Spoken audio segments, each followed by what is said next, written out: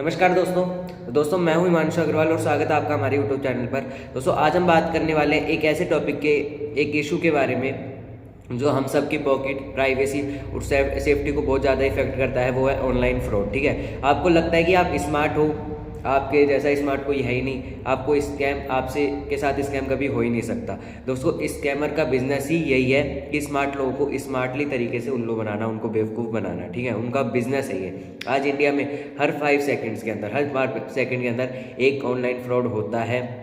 और इतना फ्रॉड आखिर क्यों होता है, तो उसको स्टेप बाय स्टेप समझते हैं, तो वीडियो को एंड तक जरूर देखना। तो चलिए स्टार्ट करते हैं। सबसे पहले देखते हैं इंडिया में ऑनलाइन फ्रॉड क्यों बढ़ रहा है। सबसे पहले देखते हैं, पहली चीज़ है इंटरनेट यूजर्स का एक्सप्लोजन। ठीक है, इंडिया दुनिया का second largest internet user country बन चुका है। जितने ज़्यादा यूजर उतने ज़्यादा पोटेंशियल विक्टिम्स होंगे। ठीक है, दूसरी चीज़ है डिजिटल पेमेंट का बूम जो अभी आया है। डिजिटल अपनी यूपीआई चलता है, उसका जो बूम हुआ है डिजिटल पेमेंट का, वो भी है। यूपीआई ने लाइफ इजी तो बनाई है, स्कैमर्स के लिए और भी इजी बना दी है। जितने आम लोगों के लिए इजी है, उससे कई गुना ज़्यादा स्कैमर्स हैं, उनके लिए बहुत ज़्यादा इजी बन चुकी है। फेक पेमेंट्स लिंक आते हैं, पेमेंट स्क्रीनशॉट्स फेक होते हैं, कलेक्टर रिक्वेस्ट आती हैं। सब स्कैम नए तरीके बन चुके हैं कि कैसे किसको उल्लू बनाया जाए, बेवकूफ़ बनाया जाए। स्कैमर्स के लिए अलग अलग तरीके आ चुके हैं। ठीक है, लोगों को बेवकूफ़ बनाने के लिए।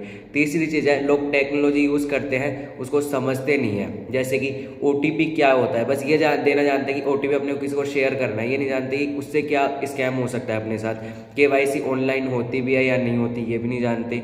बैंक कभी कॉल करता है या एसएमएस भेजता है, वो भी नहीं जानते। लोग इन चीज़ों को नहीं जानते जो कि जानना चाहिए। ये इग्नोरेंस स्कैमर्स के लिए एक वेपन बन चुका होता है कि लोग नहीं जानते हैं। कोई 10 to 20% लोग ही पूरे अच्छी तरीके से इन चीज़ों के बारे में जानते हैं, बाकी 80% लोग नहीं जानते, जो स्कैमर्स के लिए बहुत ही अच्छा वो होता है। ठीक है, चौथी चीज़ है जॉब प्रेशर और क्विक मनी माइंडसेट। स्कैमर्स यही इमोशनल वीकनेस टारगेट करते हैं। Part time job, work from home, 1000 day, मतलब एटसेट्रा की 1000 रुपये आपको दिन के दिए जाएंगे। मतलब अलग अलग की लोग झांसे के अंदर आ जाएं स्कैमर्स के और पेमेंट कर दें, ऑनलाइन फ्रॉड हो जाए उनके साथ। ठीक है, और लोग इतना घर के इंसान की तरह बताते हैं कि लोग उन पे भरोसा भी कर लेते हैं ईजिली।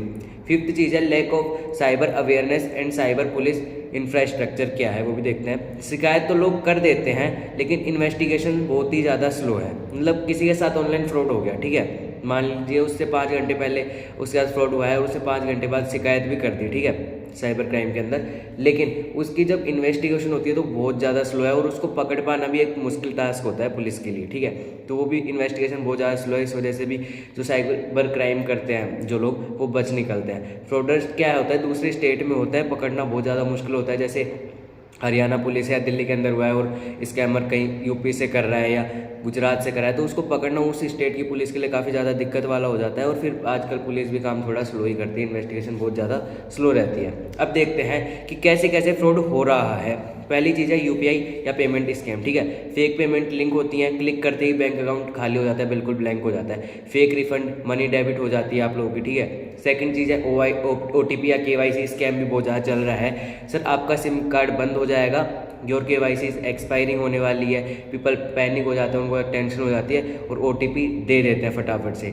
अगर आपको उसकी डेट और आगे तक बढ़वानी है तो आप ओटीपी दीजिए। और इसी जल्दीबाजी के चक्कर में कई लोग ओटीपी भी शेयर कर देते हैं, जिससे उनको काफ़ी ज़्यादा स्कैम का शिकार हो जाते हैं। थर्ड चीज़ है लोन ऐप स्कैम भी बहुत ज़्यादा चल रहा है।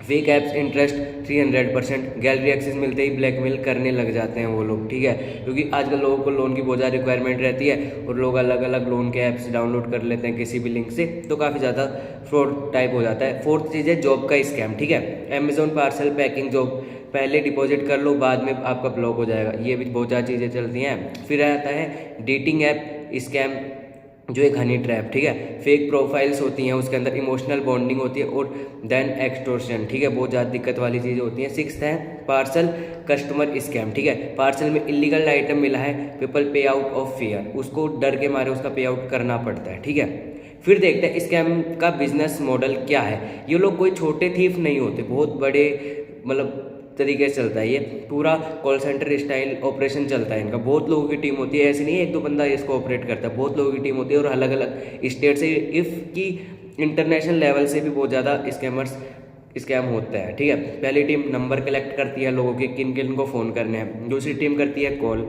कि अब नंबर मिल चुका है, उनको कॉल करना है। फिर थर्ड टीम करती है व्हाट्सअप मैसेज या लिंक भेजती है, किसको लिंक भेजना है, क्या करना है वो करती है। चौथी टीम है मनी लॉन्ड्रिंग हैंडल करती है, किसका पेमेंट आ चुका है, उस लिंक से क्लिक किया है, उसका पेमेंट आ चुका है। फिफ्थ टीम काम करती है बैंक अकाउंट्स अरेंज करती है कि उसका पेमेंट आ चुका है, अब पेमेंट कैसे निकालना है, फटाफट दूसरे के अकाउंट में ट्रांसफर कर देते हो कि अकाउंट ब्लॉक कर देता है ना, अकाउंट सीज कर देता है कि पुलिस जैसे मान लो किसी कंप्लेंट मिली और अकाउंट सीज कर दिया तो उसके अकाउंट में पेमेंट रहेगा तो वो सीज हो जाएगा, उसका मतलब ही नहीं निकलेगा, तो वो तुरंत मनी ट्रांसफर किसी और के अकाउंट में कर देते हैं फटाफट से।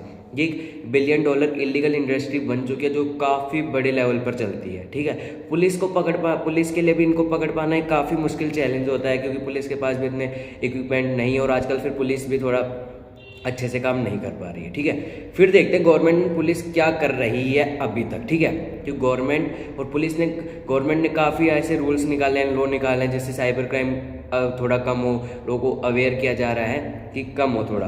तो अब देखते हैं कैसे किया जाएगा। ठीक है, साइबर क्राइम के लिए हेल्पलाइन नंबर है 1930। अगर किसी के साथ कोई क्राइम हो जाता है तो 1930 पर आप लोग कॉल कर सकते हैं।